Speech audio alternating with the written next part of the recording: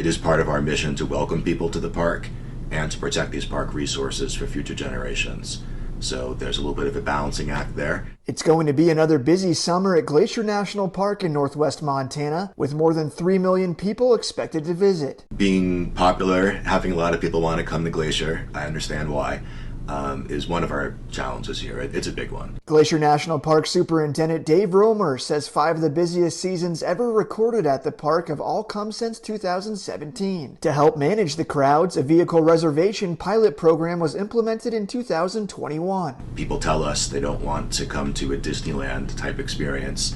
They want a national park experience. Along with going to the Sun Road and the North Fork, vehicle reservations will also be required this summer on the east side of the park at Mini Glacier and Two Medicine. Romer says Mini Glacier was shut down 57 times last summer due to congestion. We want to be able to protect the experience in those valleys.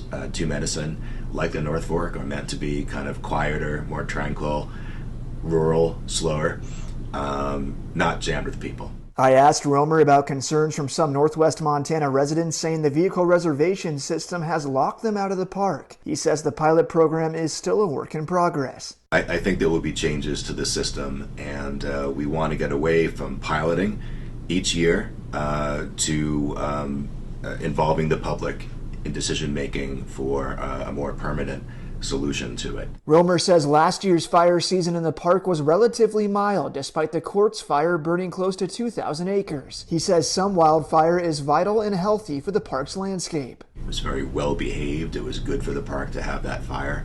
So I'd love to keep them like that.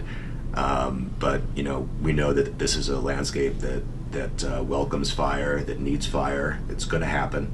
So we just want to staff up with our partner agencies and be ready to respond to it. Romer says a goal of his is to further relations with the Blackfeet and Confederated Salish and Kootenai tribes through co-stewardships. This includes reintroducing bison into Glacier National Park. The near certainty in the future of bringing bison, wild bison, back into the landscape.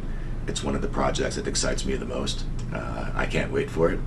And Glacier National Park stands ready to support the Blackfeet Nation in having wild bison back on the landscape. Romer says that partnership has already started as park officials begin undertaking bison impact studies in East Glacier. Assess the current condition of the grasslands and non-native plants, getting a baseline so that when bison are back on the landscape where they belong, we'll be able to monitor and measure that change too. Romer says he's excited to help lead Glacier into the future. We want to welcome people to the crown of the continent.